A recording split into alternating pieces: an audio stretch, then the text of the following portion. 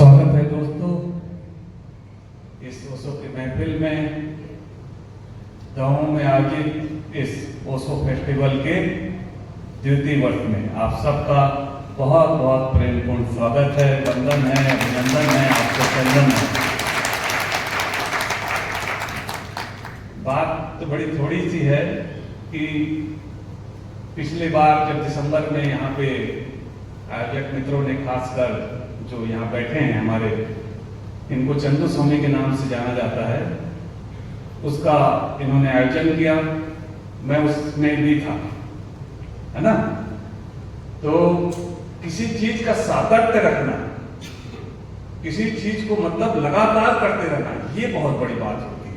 किसी चीज को एक बार करके छोड़ दिए, कभी 10 साल में एक बार कैंप करा लिए, छोड़ दिए, पर उसी चीज का सातत्य रखना, उतनी संख्या को फिर से इकट्ठी करना, बल्कि उससे बेहतर व्यवस्था करना, ये बहुत बड़ी बात होती है। एक बार क्लिपिंग आप चंदू स्वामी और सारे आयोजक देखिए, मुख्य जो भूमिका होती है ना, मैं आपको बताऊं बहुत ईमानदारी से, मुख्य भूमिका एक है आपके गुरु की, जो आपके पीछे हैं। अगर वो सो नहीं होते तो काम शुरू ही नहीं, है ना। आप यहां नहीं होते, मैं नहीं यहां होता, नहीं कुछ होता।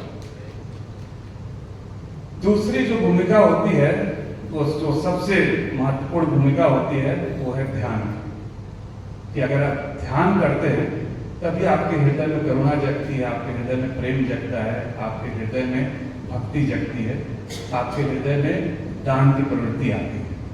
ये दूसरी भूमिका होती है ध्यान से। और ये दोनों भूमिका जोड़ता कौन है?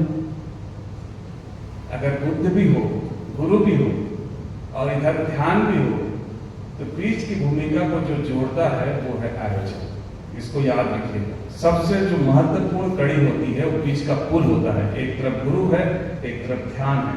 अगर ये आयोजन ही नहीं होता तो आप कहां जाते हैं? कहते हैं ना, हाथ से कंगन की शोभा है, अब कंगन से हाथ की शोभा है, जल से कमल की शोभा है, अब कमल से जल की शोभा है। वैसे ही आपके आने से इस दमो उत्सव की शोभा है और दमो उत्सव से आपकी शोभा है। तो जो बीच की कड़ी होती है ना, उसको बहुत मेहनत करनी पड़ती है। जो बीच का पुल होता है ना, सब उससे पार तो गुजर जाते हैं, पर उसको धन्यवाद कोई नहीं करता। एक तरफ ध्यान है और एक तरफ गुरु है, पर जो बीच की कड़ी होती है, क्योंकि मैं आयोजक भी हूँ, पूरी जिंदगी मैंने आयोजन ही किया है ना। तो जो बीच की कड़ी है, उसके प्रति आप हमेशा आभार व्यक्त करें, जिसने इतना सुंदर आयोजन किया। आप देख सकते थे, सोच सकते थे क्या इतनी लग्जरी कमरों में आपको ठहराया जाएगा और साधना का ये स्वरूप होगा? ये ओशो के कारण संभव है। तो ऐसे आयोजक मित्र हमारे साथ हैं, हमारे पास हैं, और ऐसे आयोजन हो रहे हैं, इसके लिए मैं उनका बहुत बहुत धन्यवाद करता हूँ। चंदू स्वामी आपका और आपकी पूरी टीम का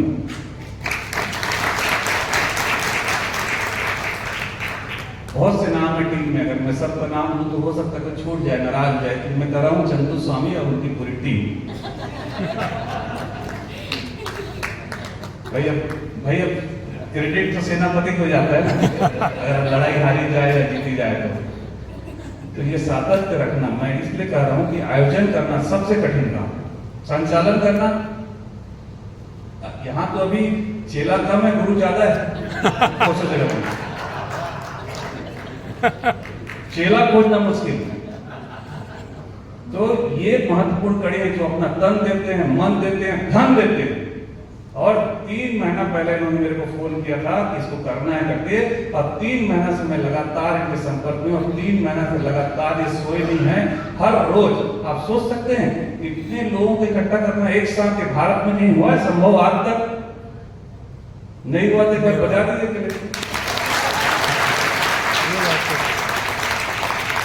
तालियां बजाने के दो कोई फायदे नहीं। एक तो आपका शरीर स्वस्थ रहता है, फिर आपके तालीम जाने वालों को कभी डॉक्टर के पास जाते ही देखा होगा। और एक फायदा और है, अगले जन्म में नहीं बजाने घर घर जाकर। तो ऐसे ही हंसते खेलते हम लोग चलेंगे। मैं जान के इस तरह चल रहा हूं कि ओशो का धर्म कोई गंभीर धर्म नहीं है। हसीबा खेलीबा धरिबा ध्यानम, इसको याद रखिएगा, ये मूल मंत्र है। गंभीर का ग, धार्मिक का ध, क्या बना? गधा। वो क्या है? जोर से बोलिए। गधा। गधा है। हमको गधा नहीं बनना है। हंसते खेलते नाचते गाते उत्सव मनाते हुए हम लोग ध्यान करेंगे। दूसरी बात माँ ने मुझे कही कि कार्यक्रम की रूपरेखा बता दीजिए, तो मैं बताता हूं आपको, ध्यान से सुनिए। प्रतिदिन, ये पहली बात होने जा रहा है, प्रतिदिन ध्यान के 10 सत्र होंगे। प्रतिदिन ध्यान के 10 सत्र होंगे और एक लक्षण है कि ध्यान के 10 सत्र हों और डायनेमिक को छोड़ के कोई भी ध्यान रिपीट नहीं होगा। केवल एक ध्यान है जिसको हम छेड़छाड़ नहीं करेंगे, वो है डायनेमिक, क्योंकि ओशो का वो ध्यान जो है वो डायनामाइट है। एक दिन देखिएगा, अभी तो ओशो का मूल्यांकन नहीं हुआ है, अभी तो बहुत कम आंका जा रहा है। एक दिन केवल ओशो को डायनेमिक ध्यान के लिए नोबेल प्राइज मिलेगा, ये आप लिख के रखें। एक ध्यान आपको, अभी तो हमारे बहुत पास है ना, अभी तो गुजरे हैं बस होके। तो डायनेमिक कभी भी चेंज नहीं होगा, तीनों दिन डायनेमिक होगा और तीनों दिन आपको बहुत श्रेष्ठ संचालक डायनेमिक के, जैसे हमारे बगल में बैठे आपको क्रांति श्रेष्ठ संचालक है डायनेमिक के, अनाजी जी जबलपुर वाले श्रेष्ठ संचालक है डायनेमिक के। वो सारे जिस विधा में जो श्रेष्ठ है वो आपको उस विधा को कराएंगे। तो 10 विधा होगी, टाइम टेबल लिखा हुआ है। सुबह हम अपनी क्रिया 6 बजे से प्रारंभ करेंगे। मैं बोल दे रहा हूँ, अच्छे लिखा हुआ है सब कुछ, आपके टाइम टेबल आपके मोबाइल पे भी है। 6:30 तक योगा होगा, उसके बाद एक ध्यान होगा डायनेमिक, एक ध्यान कक्ष में। इसको हम लोग कहते हैं बुद्धा हाल, ये बड़ा हाल है हमारा। और एक हाल हमने और बनाया ऊपर, उसका नाम है नानक हाल। सही है सब? नानक हाल। तो दोनों जगह कार्यक्रम चलेंगे। जैसे बहुत से मित्र हैं जो 70 के हो गए हैं, जो 80 के हो गए हैं, इनके घुटनों में दर्द रहता है, तो वो आते नहीं आलस बस की, हम तो डायनेमिक करते नहीं, तो हम क्या करेंगे जाके। तो आपके लिए हमने विशेष आयोजन किया है। उस ध्यान में आपके अनुरूप ध्यान होगा। जैसे मान लीजिए पहले दिन आपको नादब्रह्म कराया जाएगा, दूसरे दिन आपको आनापानसति योग कराया जाएगा, ऐसे अलग अलग वहां पे आपको प्रयोग कराया जाएगा। तो जो मित्र डायनेमिक नहीं कर सकते वो बचने की कोशिश मत करिएगा, वो उस ध्यान कक्ष में आ जाइएगा, है ना। तो 2 संचालक एक वक्त में काम करेंगे, ठीक। उसके बाद फिर हम लोग का नाश्ता होगा, हम लोग नाश्ता करेंगे, सब लोग पर टाइम से करेंगे हर चीज को। उसके बाद 9:45, मतलब 9:45 में यहाँ पे गा रहा हूँ, तो 9:45 का मतलब 9:45 ही होता है। सब अपनी घड़ी को 5 मिनट फॉरवर्ड कर लें, आगे कर लें। अगर आपकी घड़ी में अभी 4 बज रहा है तो आप 4:05 पर बजा लें, क्योंकि आप आएंगे उसी समय पे और ध्यान भी ठीक समय पे खत्म होगा। जो भी सत्र जैसा समय लिखा है उसी सत्र पे समय होगा, क्योंकि उसके बाद फिर नया सत्र है। फिर उसके बाद 11 बजे खत्म होगा, फिर 11:30 से 1 तीसरा सत्र चलेगा। फिर आपका लंच होगा।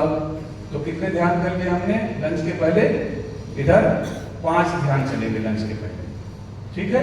फिर लंच के बाद 3 से 4 फिर होगा, 2 सेशन फिर होंगे 3 से 4, कभी कभी 1 भी हो सकते हैं। फिर आपका चाय का ब्रेक होगा, फिर 4:30 पे 5:30 फिर हम एक सत्र होगा, उसमें मोस्टली कुंडली चेंज नहीं होगी और एक ध्यान साथ में और चलता रहेगा। फिर अंतिम हमारा सत्र होगा, वो है संध्या सत्संग, जिसको कहते हैं वाइट रूप मदरहुड, जो अब नाम संध्या सत्संग के नाम से जाने जाने लगा। ऐसे करके फिर शाम को हमारे लगभग 5 सत्र होंगे। तो सुबह 5 सत्र और शाम को 5 सत्र, तो 10 सत्र हो गए कुल मिला के। और रात को जैसे ओशो ने कहा ना कि भाई, किसी ने पूछा ओशो से कि आपका मैसेज क्या है, तो ओशो ने कहा कि लव इज माय मैसेज। किसी ने फिर पूछा कि भाई आपका धर्म क्या है, तो ओशो ने कहा कि उत्सव मेरा धर्म है। अंतिम बात पूछी कि आपका सत्य क्या है, तो ओशो ने कहा मौन मेरा सत्य है, साइलेंस इज माय ट्रूथ। तो तीनों का संगम, ओशो की सारी बात आ जाती है। हम ध्यान करेंगे, यहाँ पे उत्सव मनाएंगे, प्रेम करेंगे और मौन बैठेंगे। अगर ये चारों चीज में से आप एक भी चीज मिस करते हैं तो कहीं ना कहीं हम लोग एक चीज को छोड़ जाएंगे।